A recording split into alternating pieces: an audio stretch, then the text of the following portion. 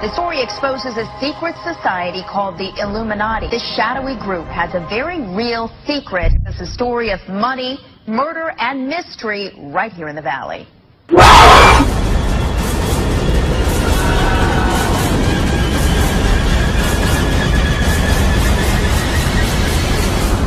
I have tried to pretend that everything is okay, but everything is not okay. We will make a lot of money. We are all living in the world they've created. Other organizations that shall remain nameless.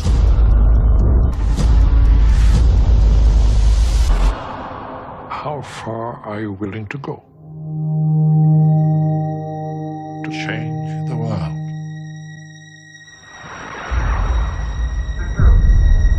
You must leave. If you do not disperse, you may be arrested and/or subject to other police action. Use of riot control agents and/or less lethal munitions.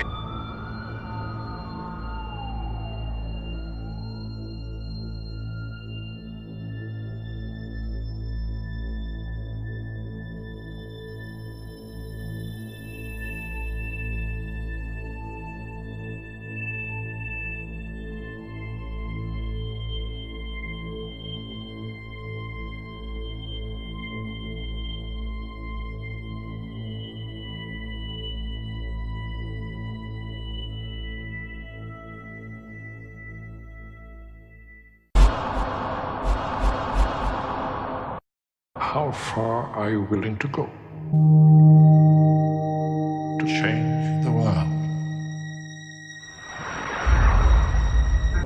You had better wake up and understand that there are people who are guiding your life and you don't even know it.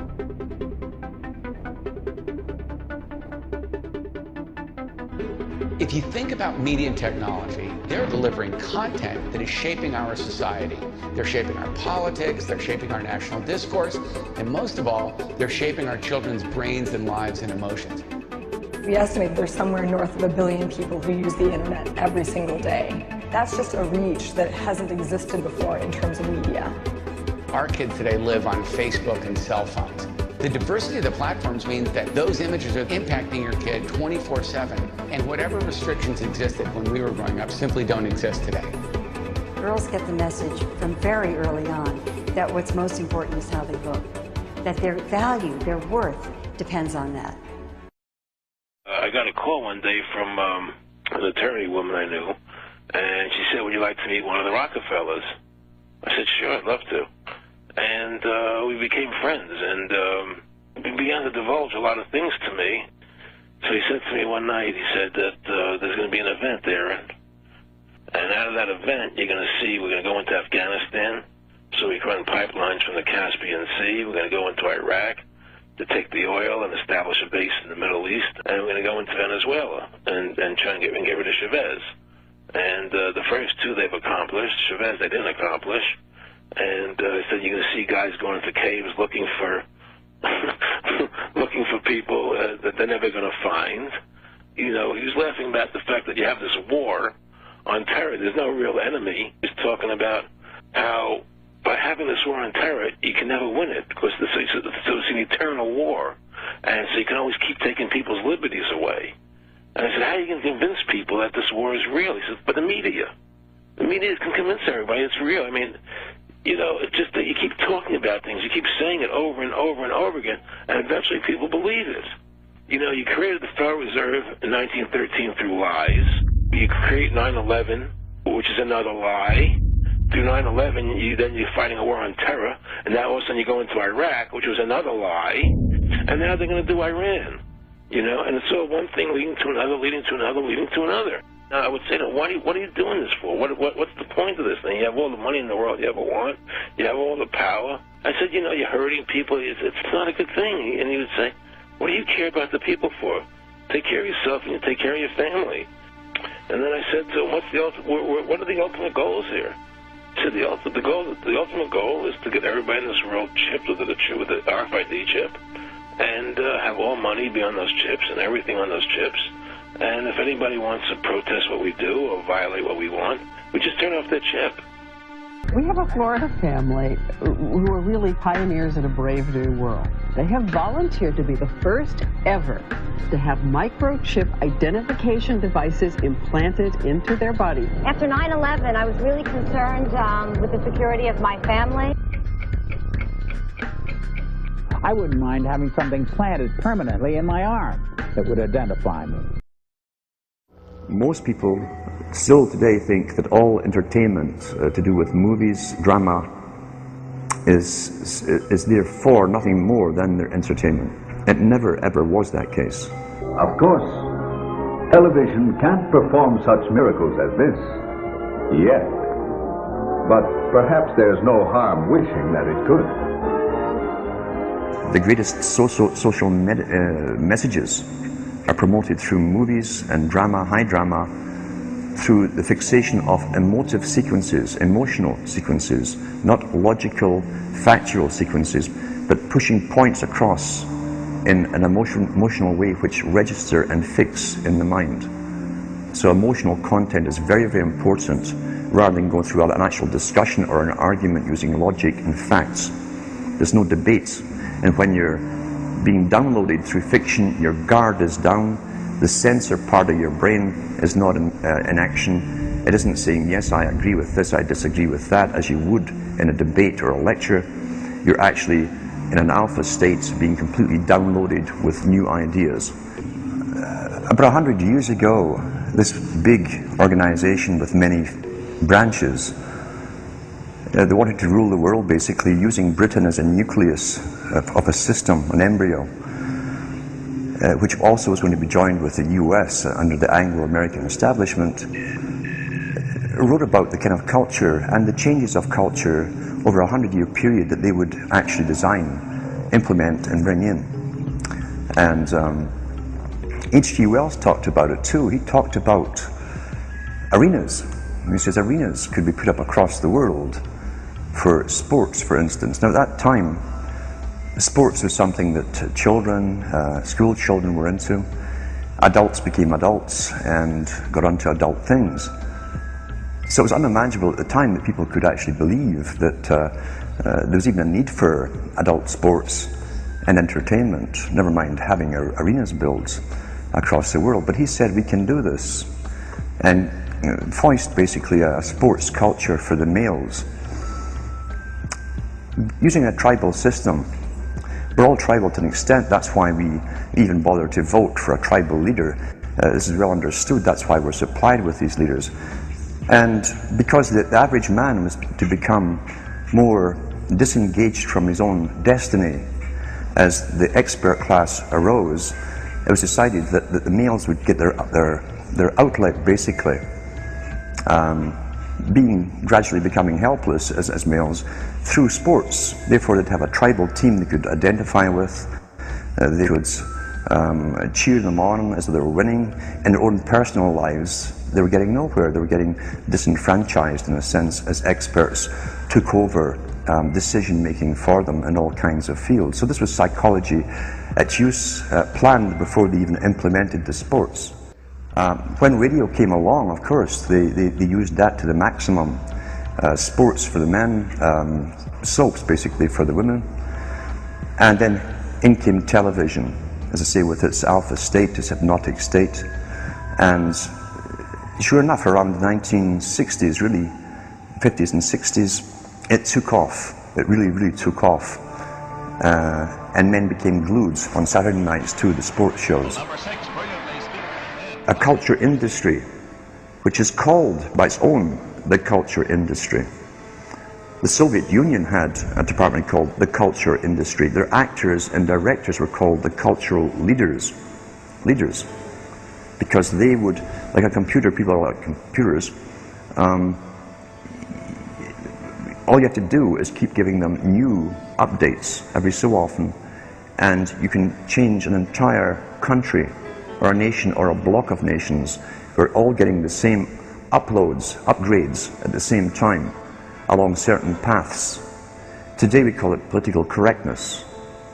Most people want to belong to their peer group. They want to be the same as everyone else when it comes to opinions. In fact, they judge their own personal sanity by bouncing ideas off their neighbours and friends who will answer back and agree on these same topics in kind. It doesn't matter if the topics or what you're given are facts or utter nonsense, as long as everyone agrees at the same time. You'll say, well, I'm sane, and your friends will all agree because they've had the same information given to them. If it's on TV and a famous face says something, then it must be true. He doesn't have to show you facts or anything else. You've been brought up with these faces. That's why they keep these guys on television into their 70s and 80s. You've grown up with this father figure who's on television every night at 6 o'clock, in your house, in your room, staring right at you. And he's a father figure. Would he tell you a lie? So you naturally never suspect him. And this same man will lead you through new topics. He'll introduce experts on the topics.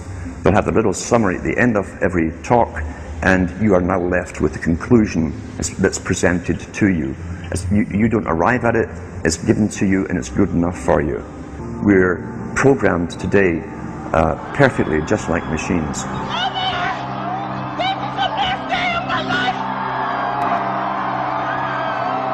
We tie this in with the Brzezinski. Brzezinski said in 2 Ages. Now this guy was way up with the NSA. He's a master geopolitician. He admits he works in 20, 50-year periods to do with geopolitics in other countries. But he said himself, the public will shortly be unable to think or reason for themselves.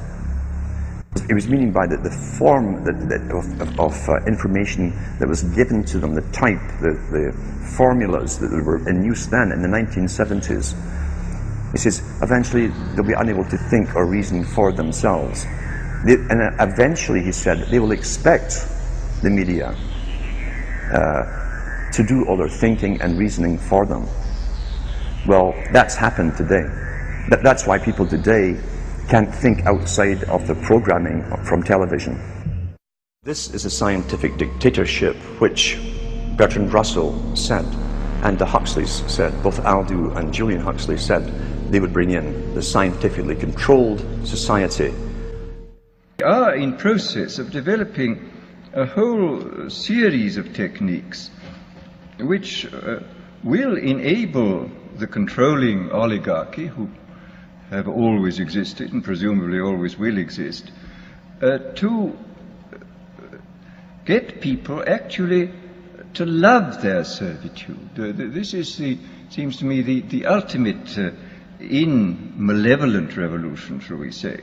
And this is a problem which has interested me for many years, and about which I wrote 30 years ago a fable, The Brave New World, which is essentially the account of a society making use of all the devices at that time available, and some of the devices which I imagined to be possible, making use of them in order to, first of all, to standardize the population, to iron out inconvenient human differences, to create, so to say, mass-produced models of human beings arranged in some kind of a scientific caste system. A number of techniques about which I talked seem to be here already, and that there seems to be a general movement in the direction of this kind of ultimate revolution, this method of control by which people can be made to enjoy a state of affairs which, by any decent standard, they ought not to enjoy. This, I mean, the enjoyment of servitude.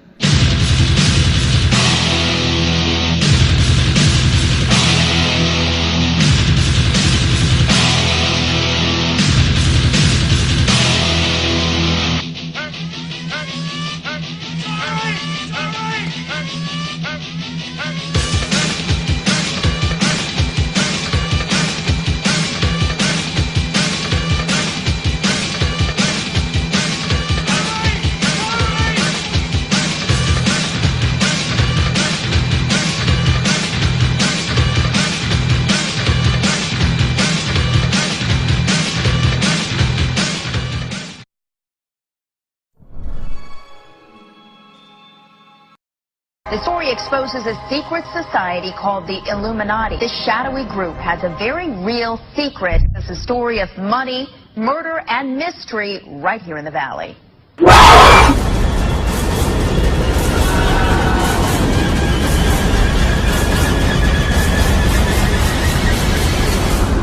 I have tried to pretend that everything is okay, but everything is not okay.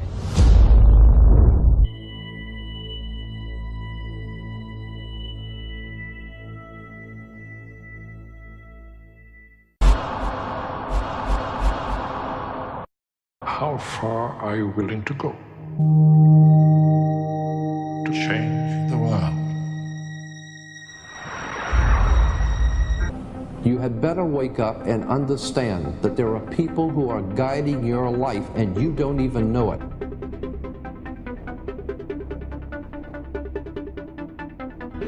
If you think about media and technology, they're delivering content that is shaping our society. They're shaping our politics, they're shaping our national discourse, and most of all, they're shaping our children's brains and lives and emotions. We estimate there's somewhere north of 1 billion people who use the internet every single day. That's just a reach that hasn't existed before in terms of media. Our kids today live on Facebook and cell phones. The diversity of the platforms means that those images are impacting your kid 24/7, and whatever restrictions existed when we will make a lot of money. We are all living in the world they've created. Other organizations that shall remain nameless.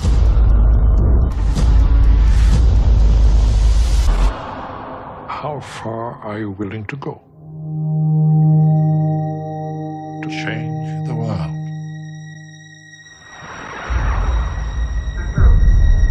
You must leave. If you do not disperse, you may be arrested and or subject to other police action. Use of riot control agents and or less lethal